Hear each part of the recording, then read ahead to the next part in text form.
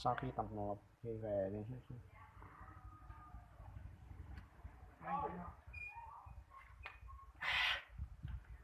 xuống má theo rồi đây đây vậy không có gì anh không có gì nữa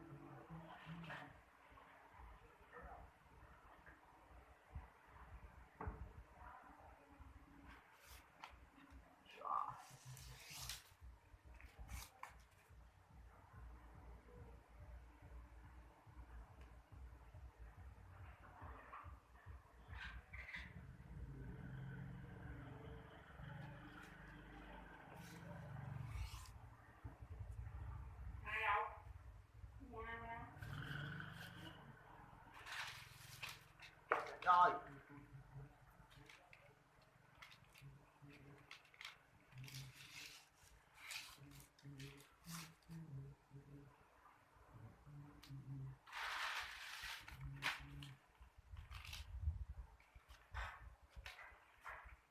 sau khi tập 1 thì đến đây chúng tập trước và để này tới thiên nhiên có cứ người thiên nhiên lúc đó thì nên có sọt xài gà nên đó là gọi là gì đâu chúng tôi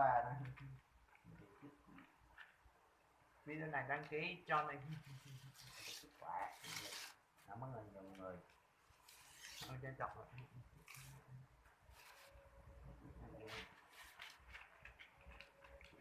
trước khi được video này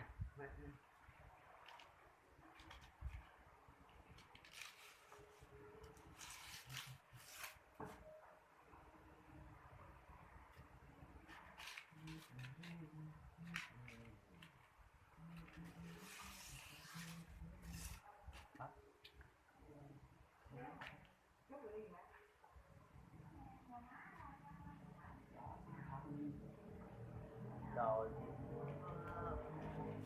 chuẩn bị sắp mưa bạn ơi đó rồi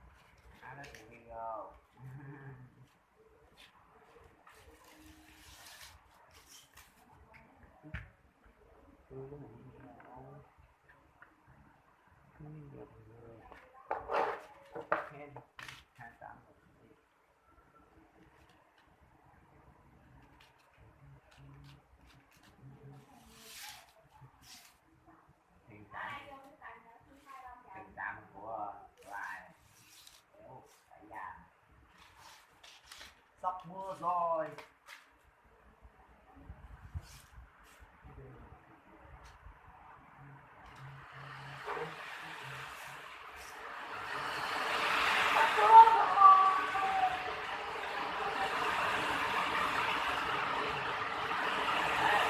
Đây, có con tổng thống, con công văn gì không? Đi đây đi. Ngồi chờ nha.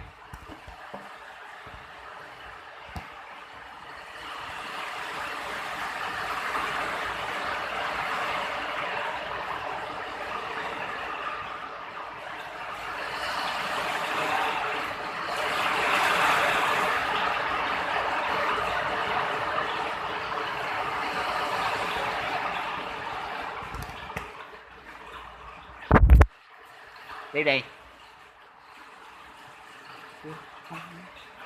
Sao mình mà đi đi. Đi đi.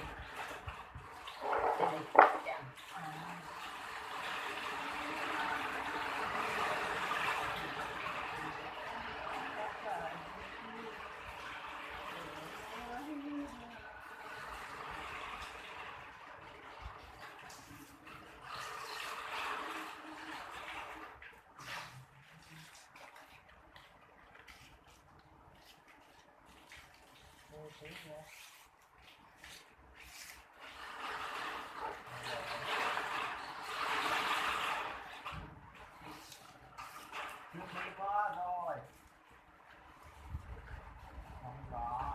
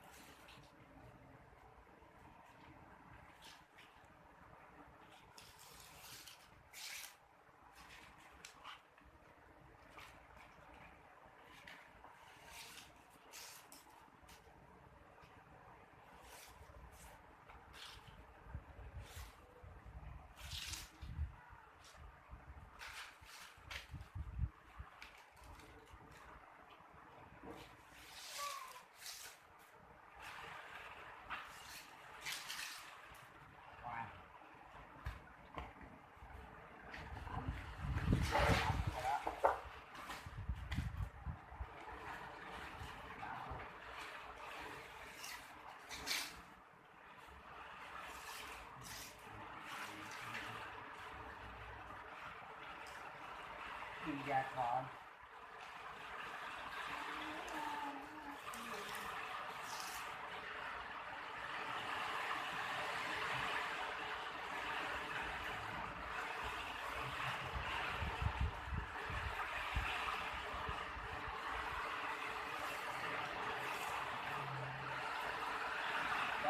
Rồi, để nó đây, con đây rồi, những nó là cái tay, mới nó là cái tay, những đây là một chút.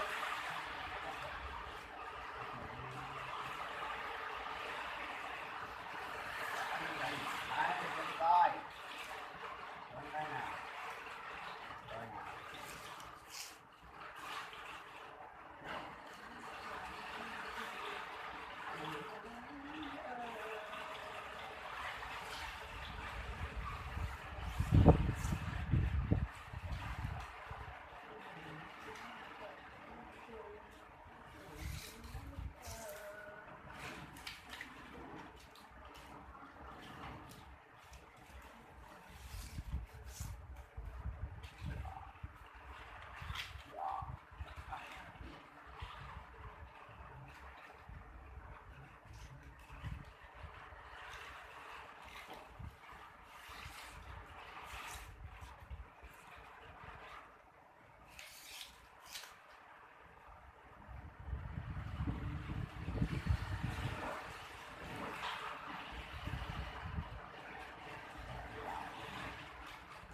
Cho con vào các bà.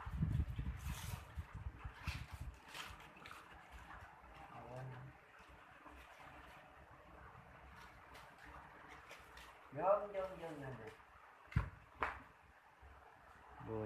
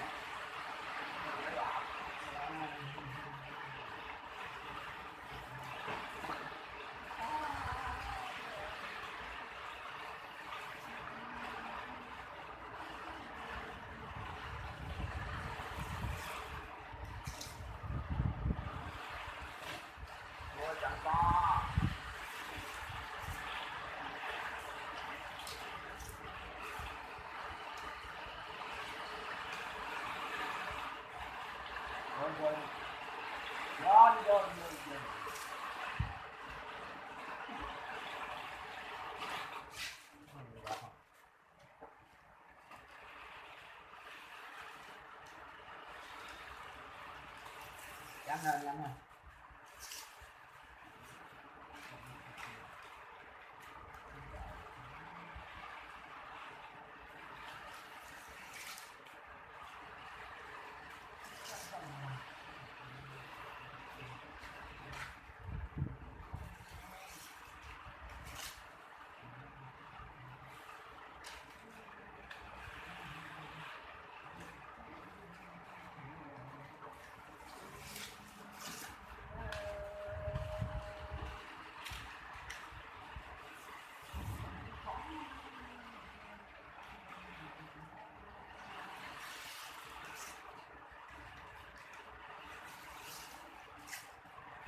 Đâu đâu rồi?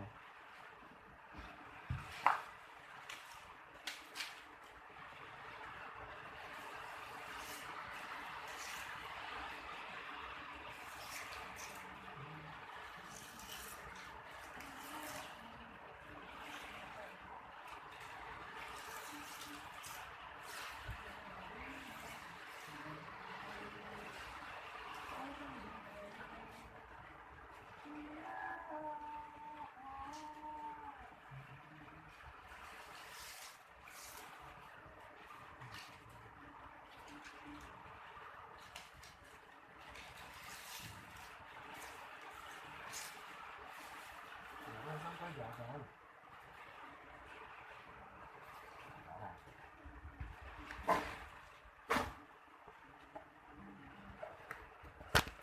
Chúng ta hết xong rồi, còn với thời gian nữa.